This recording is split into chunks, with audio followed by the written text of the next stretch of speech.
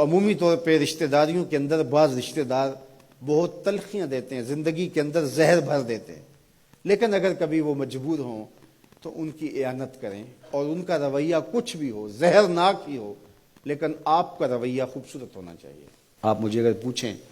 کہ سب سے بہترین صدقہ، سب سے افضل صدقہ کون سا ہے، تو سب سے افضل صدقہ جو مجبور ناراض رشتہ دار کو دیا جائے، جو رشتہ دار آپ کا شریک بن کے ہر جگہ پہ کھڑا ہوتا ہو، ہر خاندانی میٹنگ میں،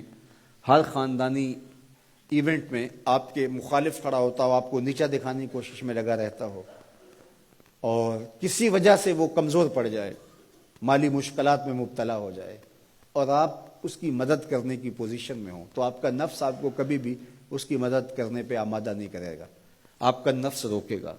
آپ کہے گا کہ یہ تو ہمارا شریک ہے، تو سانپ کو دودھ پلائیں، اب تو اس کا سر پاؤں تلے آیا ہے، اس کو تو کچل دے، یہ تو میرا دشمن ہے، اس کو طاقت دوں۔ نفس کبھی بھی نہیں چاہے گا کہ اپنے شریک دشمن کی مدد کی جائے، لیکن سب سے افضل صدقہ وہی ہے جو ناراض رشتہ دار کو دیا جائے، اس لیے کہ اس میں نفس شامل نہیں ہوگا، اور جس عمل میں آپ کا نفس شامل نہیں ہوتا اس عمل سے تمہارا رب راضی ہوتا ہے۔ تو رشتہ داروں کے ساتھ سلوک اچھا کرنا، رشتہ داروں کے ساتھ رویہ خوبصورت کرنا، یہ تمہاری زندگی کا اسلوب۔ مجھے بتائیے اہل مکہ نے، حضور کے رشتہ داروں نے حضور کے ساتھ کیا سلوک نہیں کیا تھا؟ اوجریاں ڈالیں، کانٹے پھینکے، راہوں میں گڑھے کھودے، اذیتوں کے پہاڑ کھڑے کیے، اور کیا کیا مصیبتیں نہیں تھی۔ حضور شہر مکہ سے چلے گئے مدینہ المنورہ۔ اب جب فتح مکہ ہوا تو حضور جب تشریف لائے تو ناقہ پہ سوار ہیں، تو اب یہ تھر تھر کانپ رہے ہیں سارے رشتہ دار حضور کے، برادری کے لوگ۔ انہیں پتا تھا کہ آج ہمارا آخری دن آ گیا ہے، اور اگر بڑا بھی رحم ہوا تو کم از کم ہمیں شہر بدر تو کر ہی دیا جائے گا۔ اب حضور تشریف لائے، سب کو جمع کیا، کہا کہ بتاؤ میں تمہارے ساتھ کیا سلوک کروں؟ تو انہوں نے کہا کہ آپ کریم باپ کے کریم بیٹے ہیں، ہمیں آپ سے اچھے سلوک کی توقع ہے، اور ان کو توقع یہ تھی کہ ہمیں قتل نہ کیا جائے، شہر سے نکال دیا جائے۔ تو آقا کریم نے فرمایا اذهبوا انتم الطلقاء، جاؤ چلے جاؤ، میں تمہیں معاف کرتا ہوں۔ اور آج تم سے وہی کہتا ہوں جو حضرت یوسف علیہ السلام نے اپنے بھائیوں سے کہا تھا، لا تثریب علیکم اليوم، جاؤ چلے جاؤ، تم سارے آزاد ہو۔ اور حضور نے سب کو معاف کر دیا۔ معاشرے کے کمزور لوگوں کی حضور علیہ السلام مدد کرتے، ان کا بوجھ حضور اٹھا لیتے۔ دکھیوں کا، کمزوروں کا، لاچاروں کا بوجھ اٹھانے کا مزاج پیدا کرو، لوگوں کی ضرورتوں کو پورا کرنے کی کوشش کرو، اپنے کندھوں پہ بوجھ اٹھاؤ اور ان کا بوجھ ہلکا کرو، یہ مزاج پیدا کرو۔ یہ تمہارے نبی علیہ السلام کی سنت ہے۔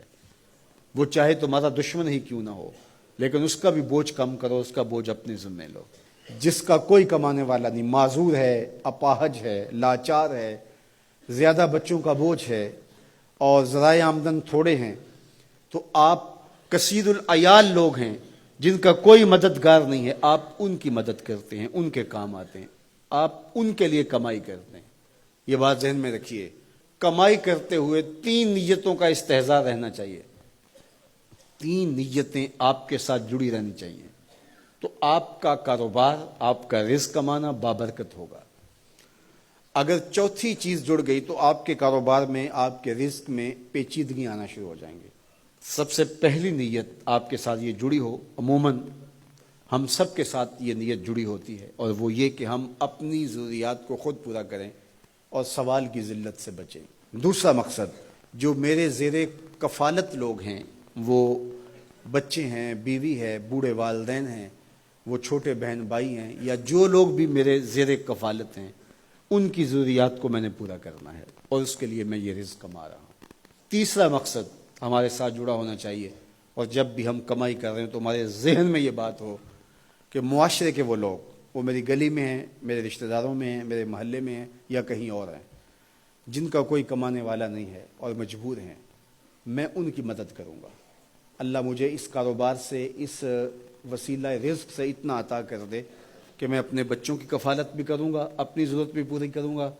اپنے والدین کی خدمت بھی کروں گا، اور معاشرے کے ان کمزور لوگوں کی مدد بھی کروں گا۔ وہ کام جن کے ذرائع نہیں ہوتے